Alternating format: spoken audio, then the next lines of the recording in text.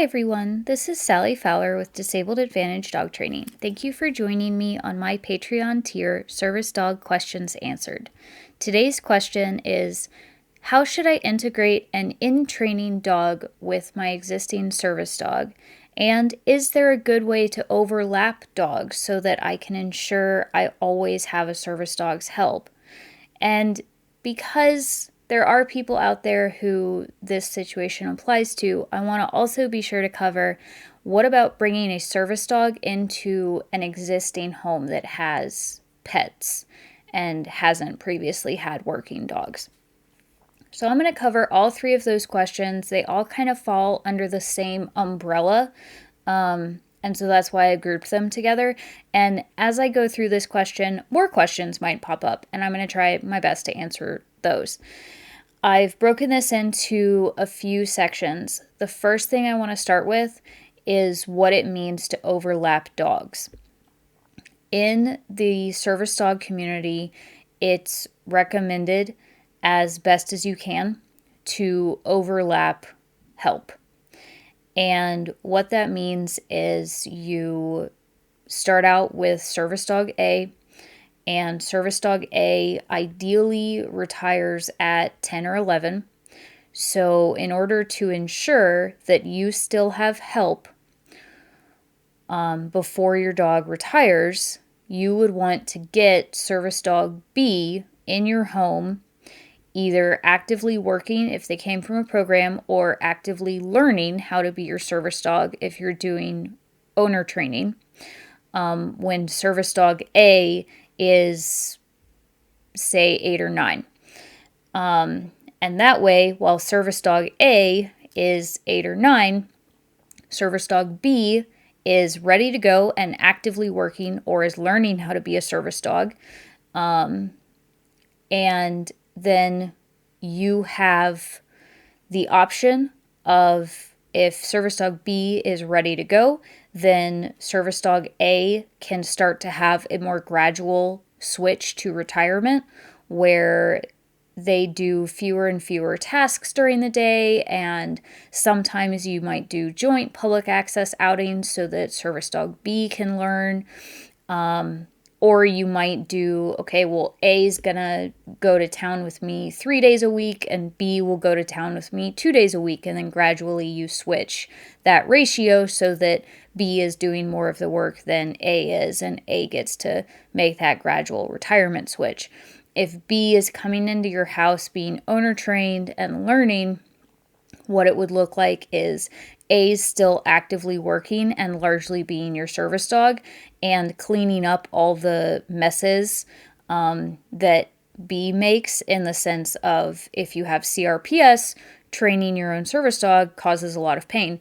And so service dog A would then be possibly working a little bit of overtime because training B is going to trigger more flares, and so service dog A may have to help you a little bit more than normal or more consistently until B learns their job, at which point you can start to slowly let off what A does and step up what B does. That's how you ideally overlap service dogs. The key thing there is you want to make sure you have at least a year of overlap between the dogs so that you're not without a service dog's assistance. But it's really important to understand that there's an ideal way to introduce a new service dog to your life, and then there's also reality. And sometimes reality just doesn't go your way. I have personal experience with that because we had a plan. Our plan was to start looking for another service dog when Robbie was 8. We hoped he was going to be able to work until he was 10 or 11. So we wanted to start looking when he was 8 because we knew it had taken a while to find him. And so we wanted to allow for a few months of looking for a second dog.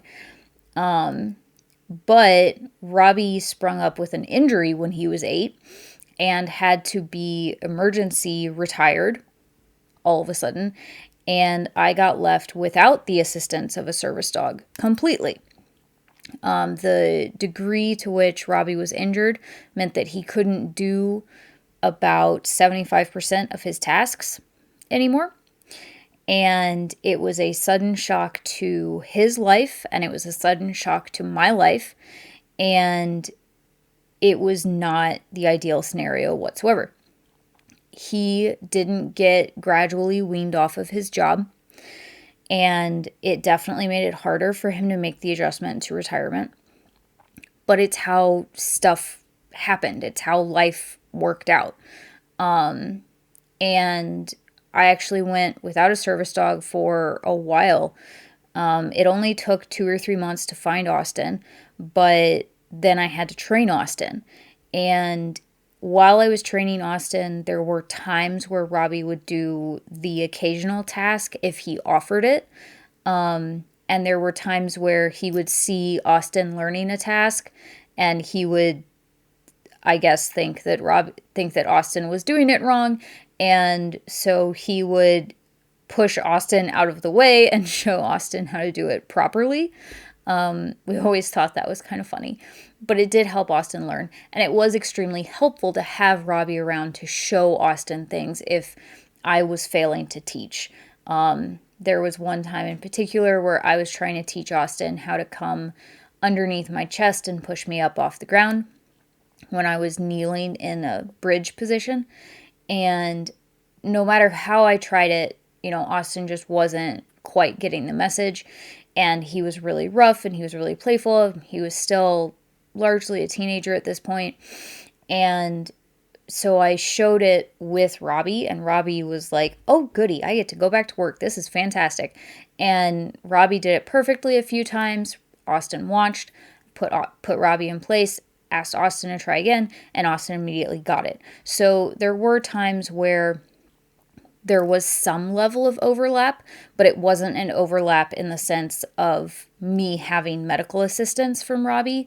It was having Robbie around to help teach Austin how to do things, or help reinforce to Austin what the rules of the house were, and also to be an example to him for what the rules of the house were, what behavior was allowed, what behavior wasn't allowed. And it also helped that we had the same rules or very similar rules for both dogs. And so that's one of the things I'm going to cover in this question as well. But overlapping is the ideal.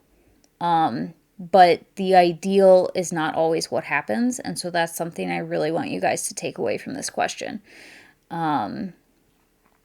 If you're planning on getting a puppy, you might need to allot even more time than you think might be necessary. So even planning on getting a puppy when your current service dog is 6 or 7 years old, so that you have plenty of time to bring up that puppy nice and slowly, make sure the puppy's brought up correctly, make sure it's a healthy puppy, replace the puppy if that ends up being necessary, and not having this huge rush going on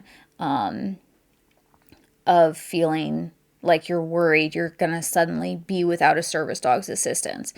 And I was able to cope. I still had the assistance of my husband, and my condition is a little weird because it fluctuates so much. But suddenly being without a service dog and also training a very unruly teenager dog at the same time was very, very painful and very, very difficult. So it's not something that I recommend if you can avoid it. I don't recommend that you wait until your dog is 10 or 11 and then start looking for another service dog, because if you do that, you are greatly increasing the risk that you're going to be without a service dog's assistance, and that you could be going through not only retirement, but also dealing with your service dog passing away while also trying to look for and train a new service dog, which can impact how well the second dog is trained, because you might inadvertently grief bond with your dog, which does some weird things to the relationship if you're not really careful and aware of it. I'm going to talk about how to work through the loss of a service dog in another post, so I don't want to go too deep down that hole in this question. The biggest thing that you need to be ready for and plan out before you do all of these things is, how will I manage 2 dogs?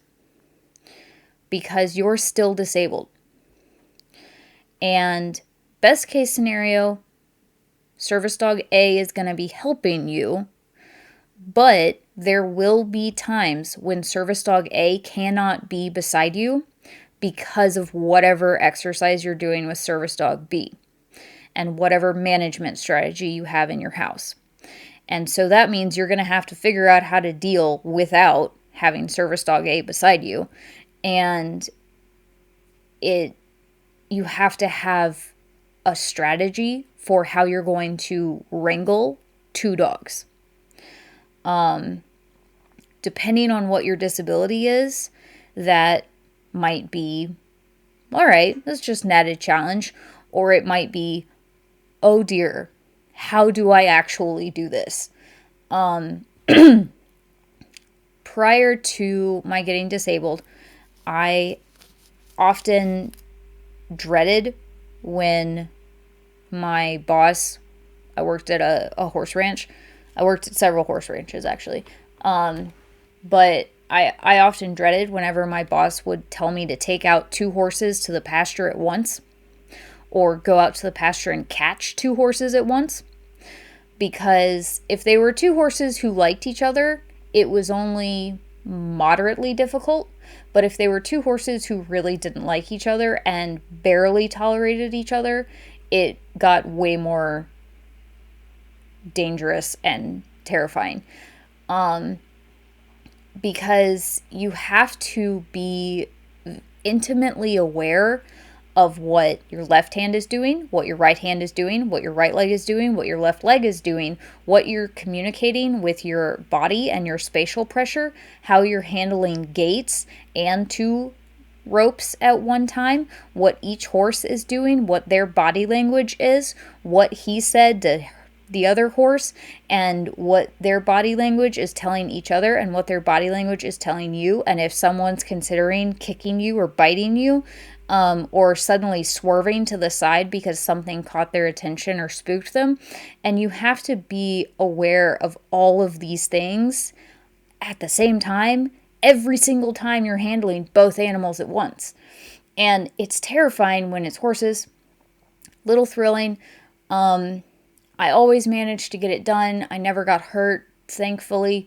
But you have to be aware, and you have to be careful, and you have to be more aware of your surroundings and more aware of each animal's mindset than you would under normal circumstances, because you have a new variable there, and that's horse B, or in this case, dog B.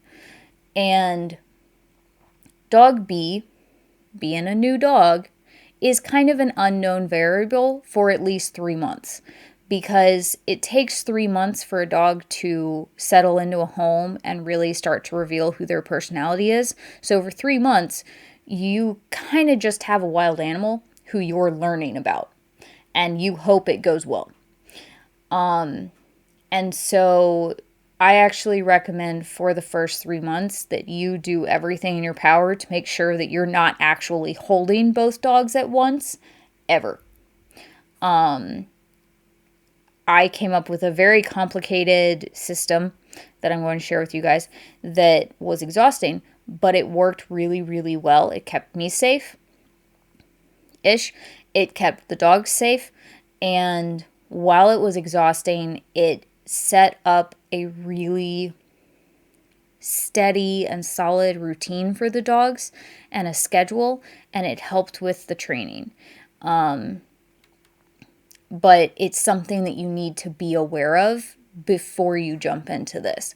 That at some point in your life, you are going to have a second service dog. You are going to be handling 2 dogs at one time.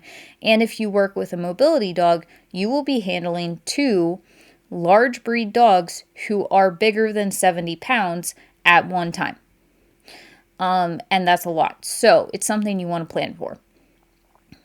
The first thing that you want to do is prepare. So you want to come up with a strategy. How am I going to handle potty breaks? How am I going to handle exercise? How am I going to handle playtime? How am I going to handle training sessions? How I'm going to handle feeding time? And all of those things, write them down. We bought a notebook dedicated to brainstorming ideas and writing down gear that we wanted to get and price checking it and writing down responsibilities, things that I needed my husband to do ahead of time or things that he was probably going to have to help with the dog's training and things that were definitely going to be on my plate so that we were very clear on who was doing what before the new baby ever came home. We also made choices like we went ahead and bought a second dog crate. We rearranged our bedroom to make room for this giant dog crate. We didn't know what size dog we were getting for sure, but we knew we needed something bigger than Robbie, so we went ahead and got a crate bigger than Robbie's crate. What we ended up getting was one of the 54-inch crates. That takes up a ton of space in your bedroom. So, also, before you buy a crate, measure your room. Measure wherever you're planning on putting this crate. Make sure you have room for a crate.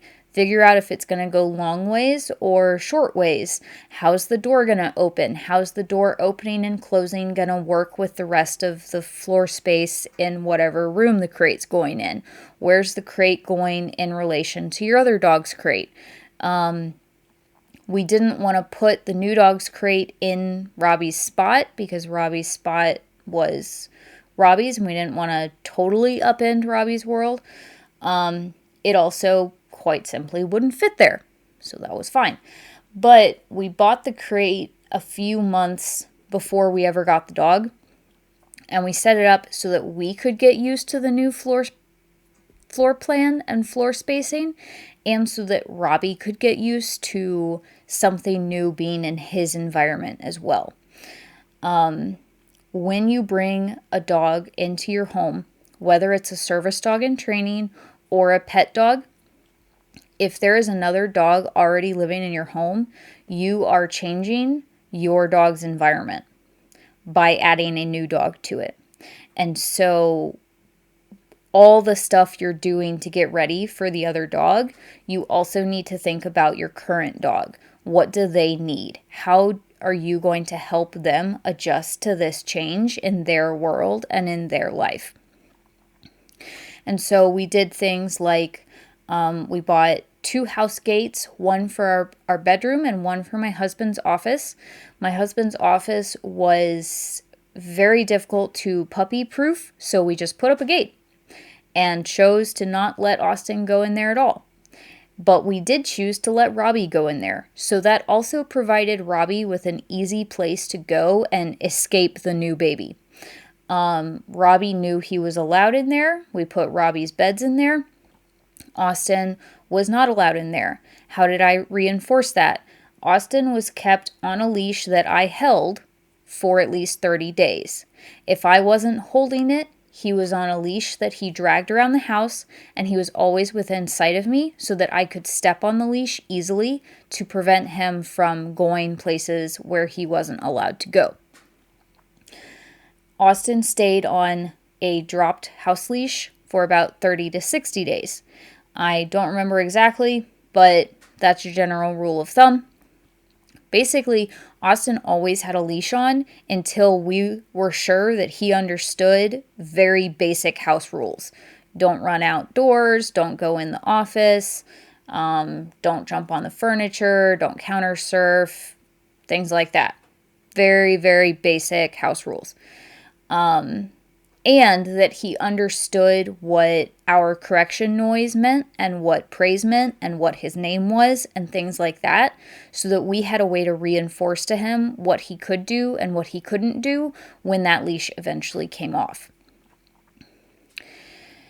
We set up our home so that a dog could be in their crate or a dog could be sequestered behind a house gate for ease of management. So there was a lot of times where I would put Austin behind the house gate in the bedroom, and then I would work with Robbie. I stayed in sight of Austin so that I could see what Austin was doing, and I could correct Austin for jealousy behavior or for boundary pushing. By boundary pushing, I mean if he got within a foot of the house gate, he would get a correction. We taught him pretty early on that he wasn't allowed to get within a foot of the house gate unless he was being invited to come through it. The reason for that was he had a tendency to lean against the house gate, which could have easily broken it or knocked it down. He also had a tendency to jump up on the house gate when he was frustrated. He also got corrections for barking or howling. Austin wore an e-collar for most of the first 60 days with us because it was the easiest way to correct him very clearly and very concisely for making noise in the house and for some of his other behaviors, especially when I was not right beside him. Like if I was working with Robbie and Austin was jumping on the house gate, I was able to correct him with the e-collar from 10 feet away, and he would understand what that meant. To be clear, I did have to spend a few weeks training the e-collar before I was able to go ahead and start using it that way. But that was worked into Austin's early training. We thought about, well, how are we going to feed two dogs at once? These are dogs, these are strangers to each other. We don't want to crowd Robbie's space. We don't want to crowd Austin's space. We need a way to keep them both safe, but teach them how to coexist together. So another tool that we brought into the mix was an X-Pen. An X-Pen, or exercise pen, is a very useful tool. We originally bought it so that our rabbits could play outside. And then we found out that our rabbits could jump higher than 3 feet, and now we use it exclusively for the dogs. So the X-Pen was something that we could set up in my training room or in the kitchen, and we could put one dog in the X-Pen and one dog outside the X-Pen. And we tried to mix it up who was in the X-Pen so it wasn't ever a claimed space. This allowed us to feed Austin in the X-Pen and feed Robbie in his normal spot. They learned to eat beside each other and to eat in the same room, but to eat together calmly. And they were never, like Robbie was never given a chance to check Austin's bowls for leftovers because the X-Pen prevented that. And likewise, Austin was prevented because he was in the X-Pen. But the other key element there is that I was always in the room. I never left them alone. They were never alone together unless they were both in locked crates. That was the only time they were alone together. Every other time, I was in there. I had the e-collar on one of them. I had a leash on one of them. Someone was in the X-Pen. Robbie was off-leash trained in voice control at this point. Largely didn't really worry about his behavior, but he did have a tendency to taunt Austin. So I had to keep an eye on that. And we had to come up with a routine. We had to come up with a routine that met each dog's goals.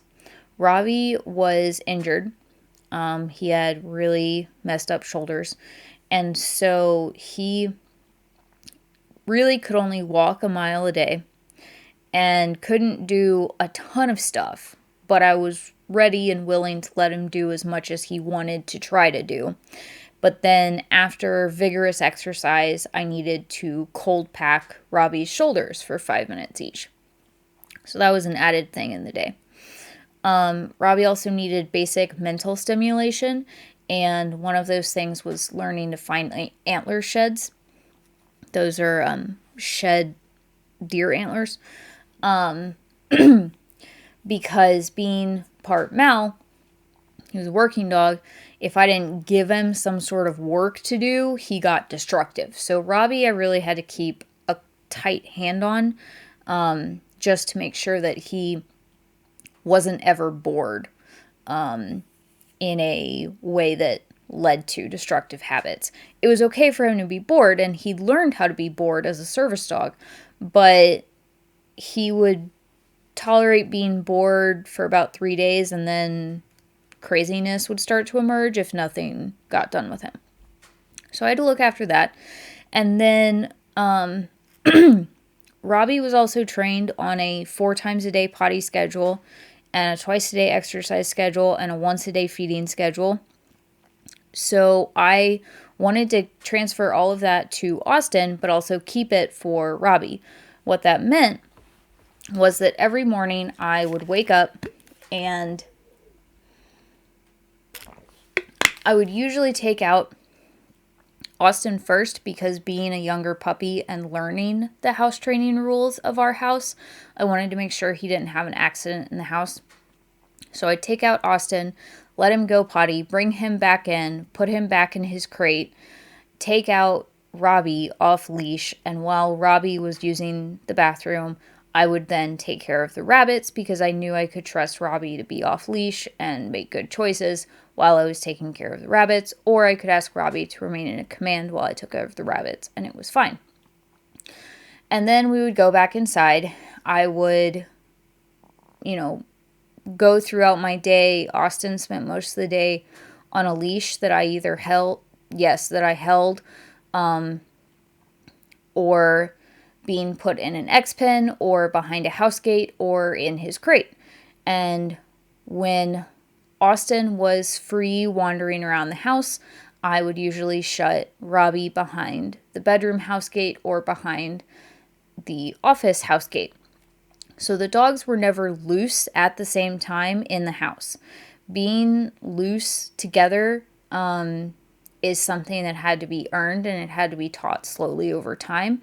The most important thing I needed to teach them first was how to exist calmly together, and learn that neither of them are going anywhere, and that when we're in the house, we're calm.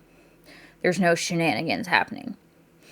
As I got more and more confident in who Austin was as a dog and how to handle the two of them together, so several months into Austin's training, I started doing some training sessions with both of the dogs at once, but they were usually pretty chaotic, and I had to go into it knowing it was going to be pure chaos and pick what I was going to focus on to try and have the best outcome or make the most progress.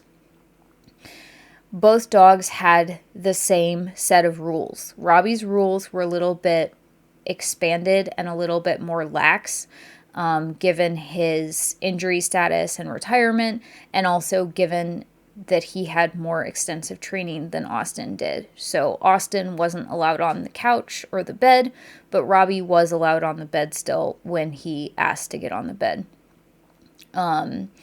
Robbie was allowed to be off leash because he was off leash trained. Austin needed to stay on leash. But both dogs had to respect doorways. They couldn't bolt out of doors. They couldn't bolt through the house gate. They couldn't put pressure on the house gate. They needed to keep a space bubble around the house gate. They needed to respect the X-pen. They couldn't jump on me. They couldn't steal food. They couldn't invade each other's space when one was on place, and just really basic things like that. Right, so I was talking about my routine. So Austin would go out first, then Robbie would go out, then I'd come in, we'd do some training. Austin would get a training session, Robbie would get a training session. And whenever Robbie was getting a training session, Austin was still getting a training session because he was either in his crate learning to deal with not being able to see me, but having to hear me in the house, or he was learning how to not be jealous behind a house gate. So even when I was working with Robbie, I was always still partially training Austin. Two things at once kind of deal. At lunchtime, I would again usually take Austin out first and do his playtime on leash and potty break, and then bring him in and take Robbie out off leash and have playtime and potty break and come in, and then I would rest. And at some point, twice a day, I would do a short walk with Robbie in the morning or a long walk with Robbie in the evening. And I would walk Austin twice a day or do training exercises in the yard as his exercise. And we knew that Austin was part husky, and so we knew that he needed more exercise than Robbie did, and it showed. Robbie usually got about a mile a day, and the more walks we were able to do with Austin, because the better his training got, we ended up needing to give Austin between 3 and 4 miles of exercise every day. And that was a lot of walking for me. So I also usually supplemented with the treadmill for Austin's training, at least. Most things I did with Austin first and Robbie second, and it wasn't a hierarchy thing. It was purely I want to make sure this thing doesn't pee in the house, and I knew walking Austin and training Austin was going to be more exhausting and more flaring than walking and training and playing with Robbie.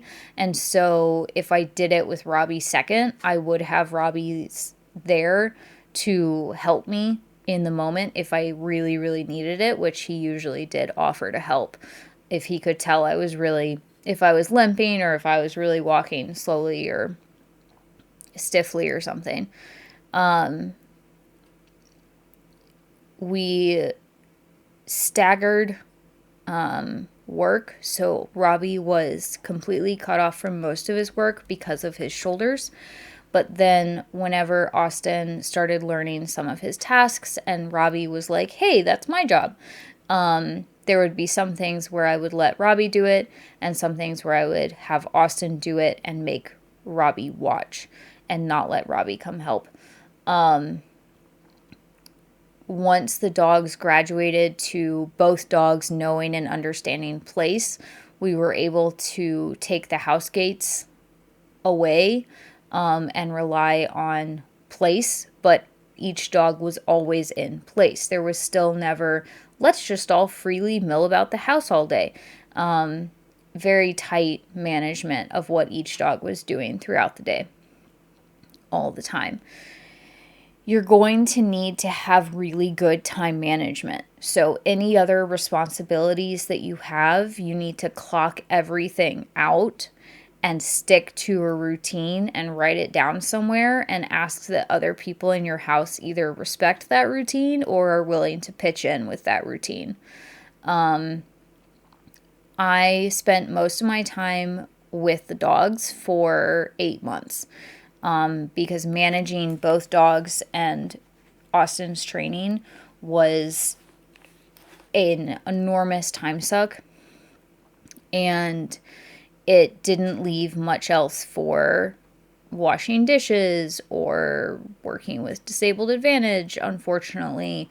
Luckily, it timed out just right so that I didn't have an active client at the time, but if I had an active client at the time, I would have had to alter my time management even more. And I would have made it happen, but it would have been something that I would have needed to make sure I factored in.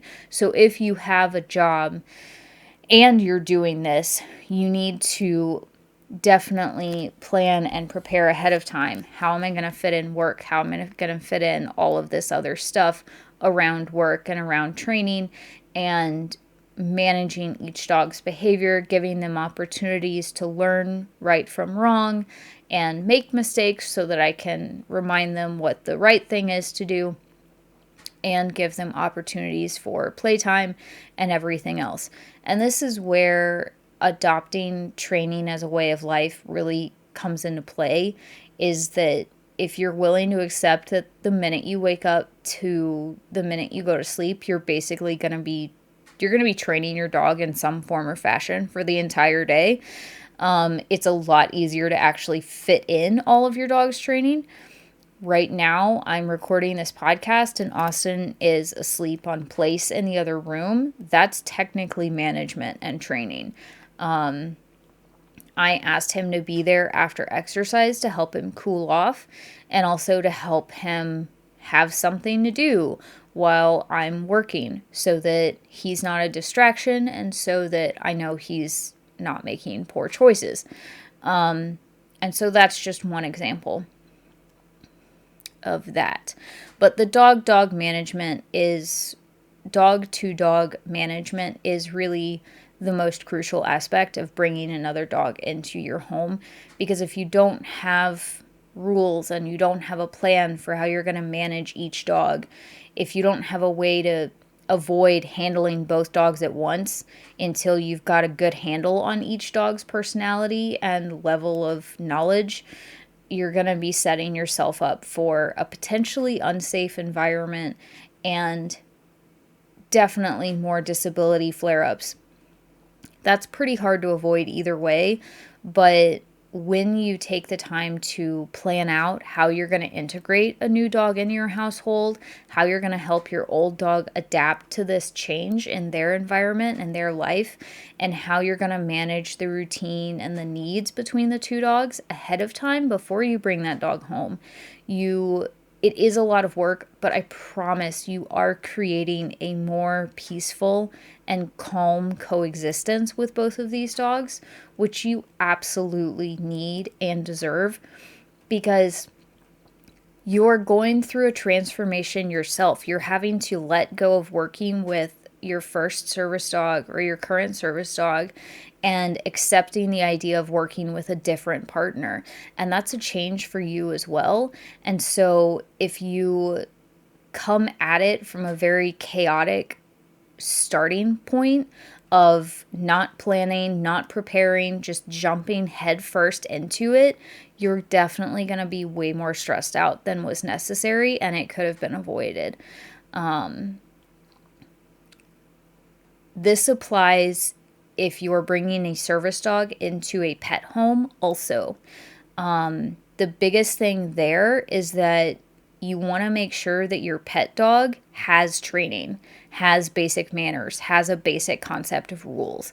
Because if your pet dog is essentially a feral rogue and you bring a service dog in and try and enact a bunch of rules for your service dog, it's going to be chaos. You're going to be stressed out. It's potential for confusion, dogs not knowing what's going on, and leading to destructive or unwanted behaviors.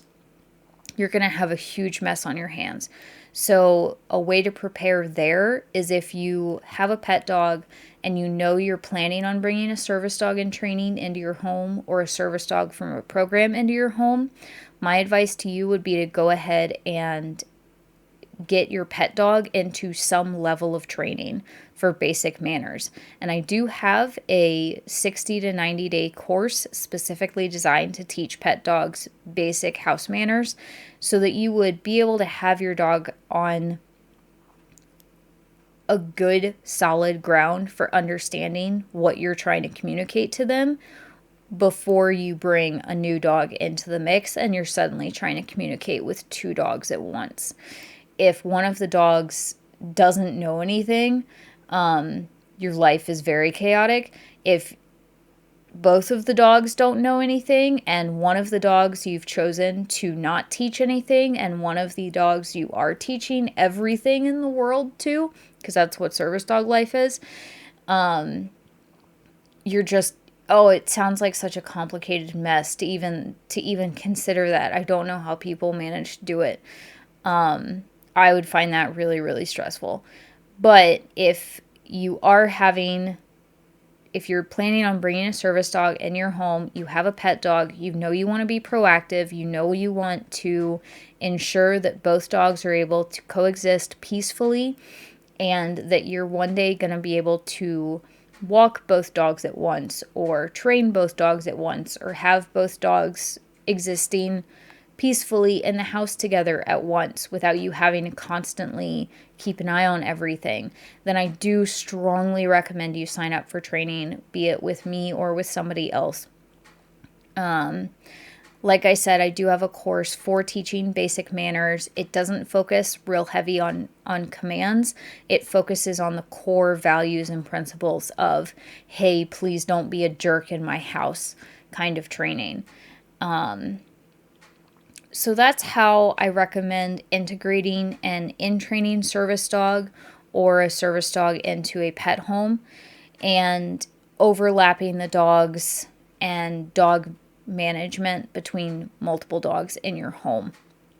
I know it sounds like a lot of work. I know it sounds really daunting, but I promise you, doing all of these things, having the house gates, having the X pen, having a cycle of who's in the crate when, all of it does help instill really good manners in your dog, and it helps reinforce all of the training that you're going to be doing with your service dog, and it sets up a more relaxing home for you, where you maybe are stressed out because of the you're in the crate, you're on the leash, you're in the house gate, you're in the X pen, it's your turn to go potty, now it's your turn to go for a walk.